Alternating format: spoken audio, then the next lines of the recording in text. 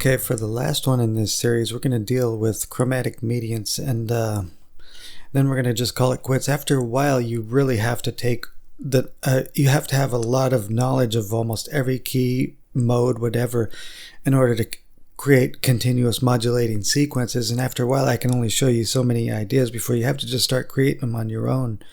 So I'm going to go ahead and just deal with chromatic mediants and give you as many ideas as possible. And they may not be the best thing in the world, but we'll, we coming up with them on the spot. And so let's just do it. Let's chromatic mediant. It's just chords related by a third. That's the easiest way to think about it. Okay.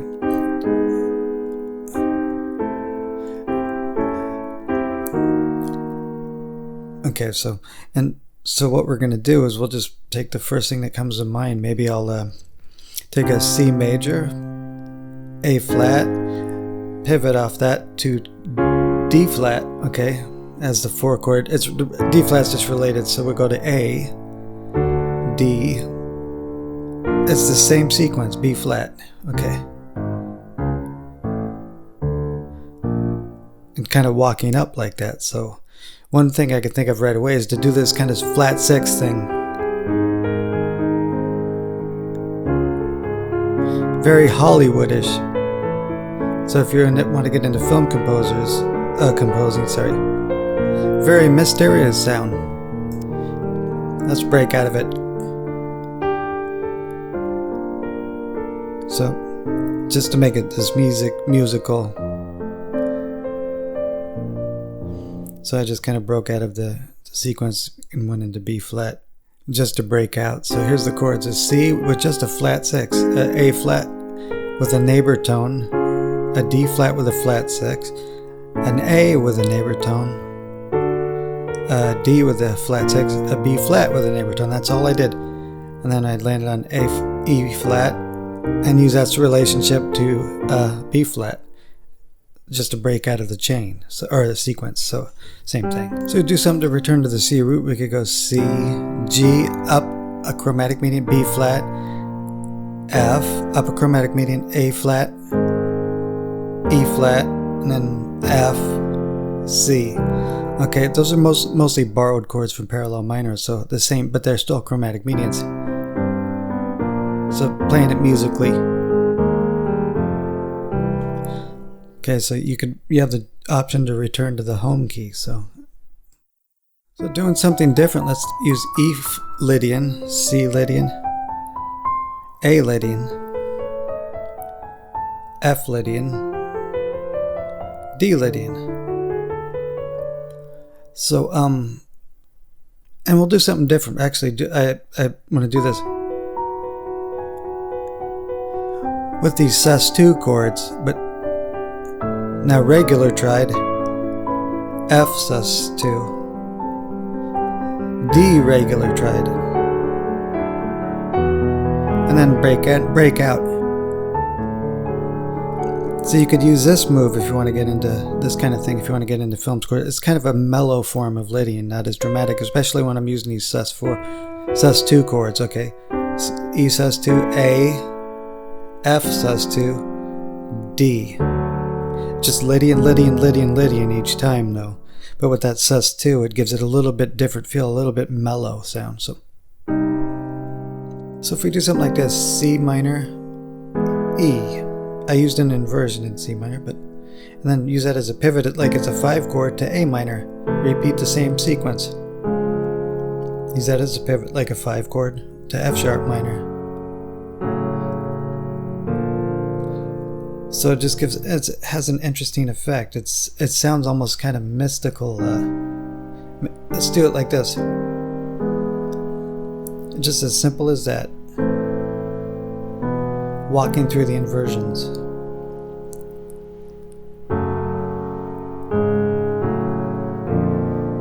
So that would be kind of a cool stringy line. So I'll give it off a slight bit of mystery. So here's the root chords. C minor, E major, like a 5 chord to A minor, and then the same C sharp major, like a 5 chord to F sharp minor, and then B flat or A sharp, whatever you want to call it. It doesn't really matter. Let's do this. Let's take a C minor to a G sharp minor or A flat minor to E flat minor or a D sharp minor, and then use that to pivot again to B minor. Now pivot chromatic median to G or to E flat, and then maybe go to B to stop it. Okay, B flat, I'm sorry. So what we're going to do is kind of use a melodic motif that would, like we used before, to hold it together. Like a build up.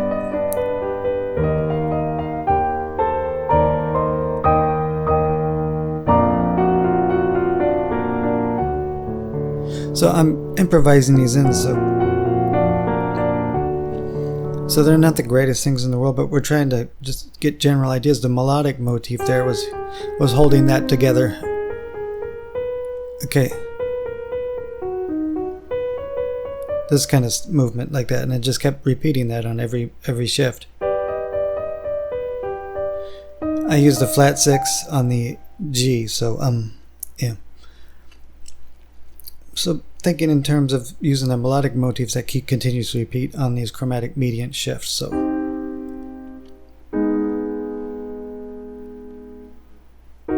and I'm playing the chords just in root position.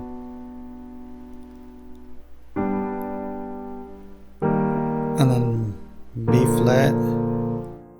Just alternating with a D and using the flat 6 in there all the time. You notice the flat 6 creates that really mysterious kind of quality. So and I use that quite a bit in there. So let's do this. Go down chromatic median, then a tritone shift, down another chromatic median, tritone shift, down another chromatic median, tritone shift.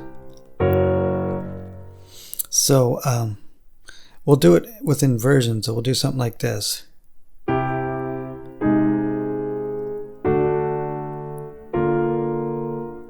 Kind of a walk up,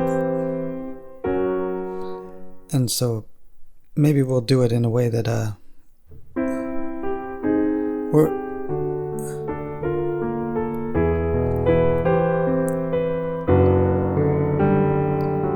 just going to end it.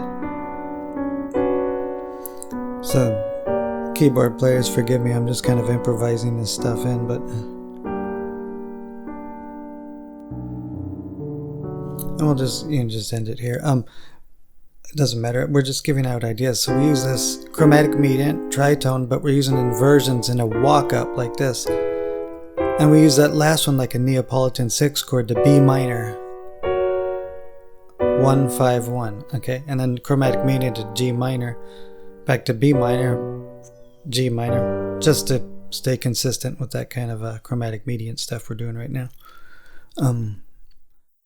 So basically like a build-up and then resolution. So let's do something like this. Dorian sharp 4, 1, 2, chromatic median shift to another Dorian sharp 4, B flat, Dorian sharp 4, chromatic median, A flat, Dorian sharp 4, or okay. So you could literally any combo. So I'll do something like fluttery.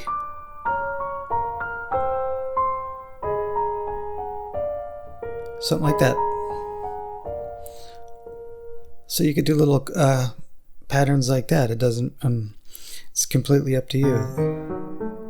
So that's what to get out of this is this third related movement, and you don't even have to be in any key. Honestly, I mean, you could just use a flat 6, and if that's all you're given, I mean, how are you supposed to establish, well, what key am I in?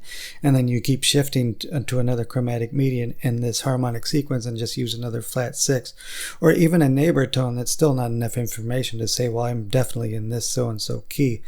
No, a lot of the times, especially like in film scores and stuff, these guys will literally just use that, like that flat 6 and an occasional neighbor tone somewhere else, and not even hint at actually what key they're in before there's another shift like that in a harmonic sequence. So take it at face value. Just look at it simply as a chromatic median with a flat 6 and or neighbor tones or whatever.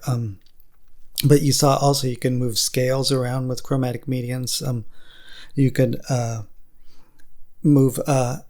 do various harmonic sequence or harmonic moves within a scale and then shift out via chromatic median. So yeah, you have a lot of options with chromatic medians. So let's go ahead and end the series. After a while, like I said, you really have to experiment on your own with moves, and one of the ways to actually start creating sequences on the spot quickly is to actually have a lot of knowledge of all 12 keys, major, minor, modes, all of them. It's a lot of work, but it's the payoff's worth it, when you can just sit down and come up with examples on the spot. And so yeah, harmonic sequences. So one of the blocking things that will block you from creating, especially continuous wandering sequences, is knowledge of of all 12 major and minor keys, all modes, all unique modes maybe. Well, you don't necessarily have to know them all, but it does help, because it takes out a lot of the guessing. And a lot of the guessing, you still experiment and you still come up with ideas, but there's way less guesswork, and so this stuff just kind of comes sometimes at a snap of a finger, and that all depends on how much you know the triadic based scales and modes and unique scales inside and out. Literally as many as you can possibly know. And that's one of the secrets to creating continuous wandering harmonic chains, continuous wandering music in general, through composed and stuff like that. So yeah, enjoy the series, and let's move on to another series. Take care.